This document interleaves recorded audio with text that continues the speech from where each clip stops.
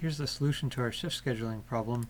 We're going to need some space here, so I'm going to copy this and paste it up here as transpose to get it out of the way, and highlight all that and delete it.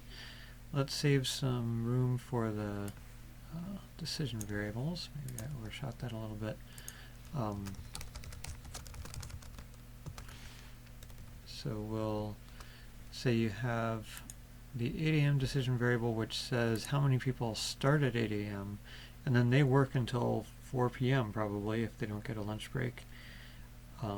So those people who start at 8 a.m., they are there at 8 a.m. and then they're also there at 9 a.m. and at 10 a.m. and 11 and 12 and 13 and 14 and 15. And should they be there at 16? Well, the sum is 8, so they're already there 8 hours. Let's suppose they don't get an official lunch break. And then the people who start at 9 a.m., they're not there at 8 a.m., but they are there at 9 a.m. all the way through the 1600 hour and so forth. And we can just continue that pattern. Math is the science of patterns, right? Let's see, if I said let's have, I don't know, 6 people start at 8 a.m. and then another 4 people start at 9 a.m., etc., how much am I going to pay? Well, so I have 6 people getting paid $128 for the day, 4 people getting paid $120 for the day. So overall, my objective function is the sum product of how many people I have working starting each time of day and how much each of those people gets paid.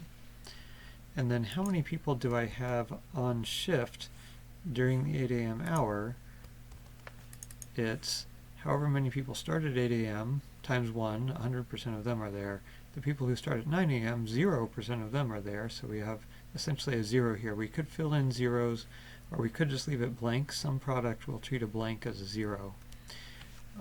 So this is number planned to be on shift, and number needed is just the same as that. And then we can fill those down.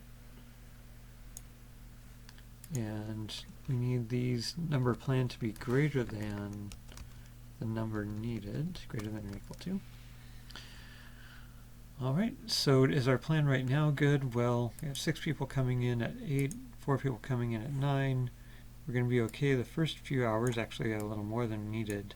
We're okay there, but we don't have enough people coming in. I mean, we don't have enough people there in the 11 o'clock hour. Looks like we need 6 more people there. And we could just keep filling that in, but I haven't paid attention to the costs. So let's let Solver do that for us. First, we will do our usual excellent color system, orange for the objective function. We'll do the left-hand side in lavender here, if we can choose a nice lavender, and the right-hand side in rose. Rose like the flower, not rose like rows and columns. I'm going to call that rose. Alright, so I think we're ready for Solver. Solver. My objective is the orange thing. Do I want to minimize cost or maximize cost? Let's minimize by changing these cells subject to all of the number I'm planning to have on shift greater than or equal to the number needed on shift. Non-negativity, we can't have negative people working. This is a linear problem, so I'm going to choose Simplex LP, and I'll hit solve. So the solver found a solution. All constraints and optimality conditions are satisfied.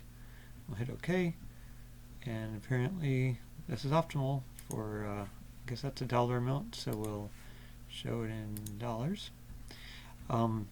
I didn't put the zeros in here, so that means it would be nice to highlight that as a block just to show that it's one contiguous matrix.